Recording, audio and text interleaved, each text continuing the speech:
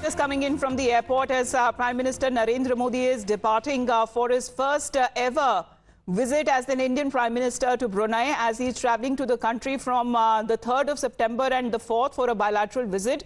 This is being seen as a significant step in bolstering ties between the two nations, as he is at the invitation of His Majesty Sultan Hassanul Bolkiah, as is scheduled to visit Brunei during September 3rd and 4th, and this will be the first bilateral visit by an Indian Prime Minister to Brunei.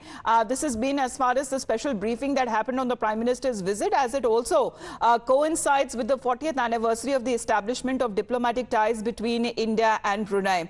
As the Prime Minister, as we are looking at this visit to Brunei coming almost 10 years after his first meeting with the Sultan that happened back in November 2014, on the sidelines of the 25th ASEAN Summit in Myanmar.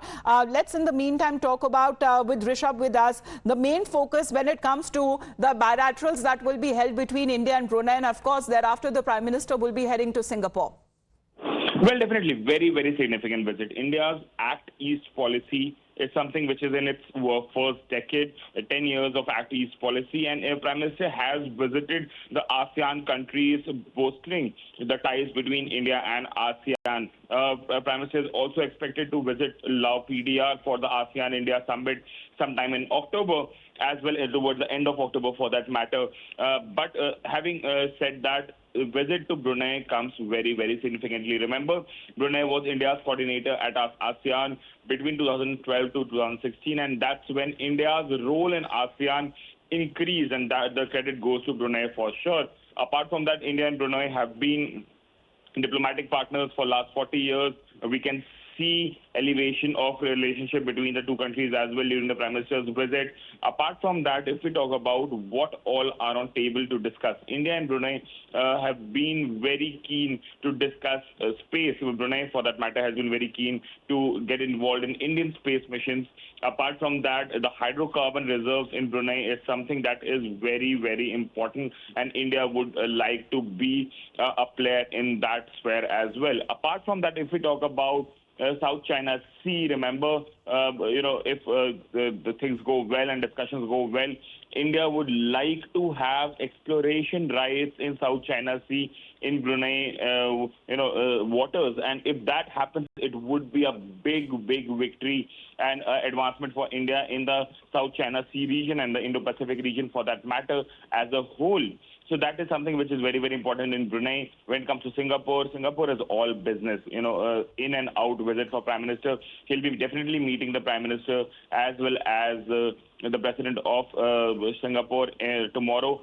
But, what's on table? Semiconductors, very, very important. Just yesterday, India has, announced one new semiconductor plant in Gujarat. And, the way... And, Rishabh, if you want to focus when it comes to the departure statement that was given by Prime Minister Narendra Modi as far as his visit to Brunei and also to Singapore is also concerned, and when it comes to the importance that the bilaterals that he will be holding, when he says that he is embarking on a first ever bilateral visit to Brunei. Rishabh? Well, definitely. If we talk about the departure statement, in departure statement, the Prime Minister has outlined all the important things that Prime Minister would be undergoing when he is in Brunei and Singapore. But as I was talking about Singapore as well, semiconductor is something that is everyone eyeing at. Singapore contributes 10% to the global semiconductor development, and India is very keen in that sphere. Food security is another option, another thing that will be discussed. Homogenization, standardization of medicine, pharmaceuticals between India and Singapore is something which is very, very important, and both the countries are looking at that.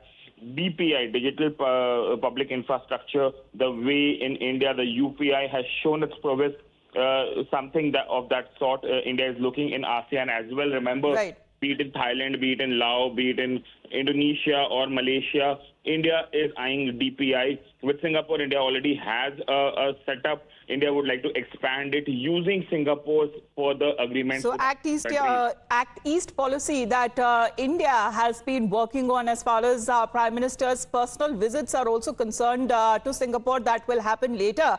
First, he has already departed now for Brunei.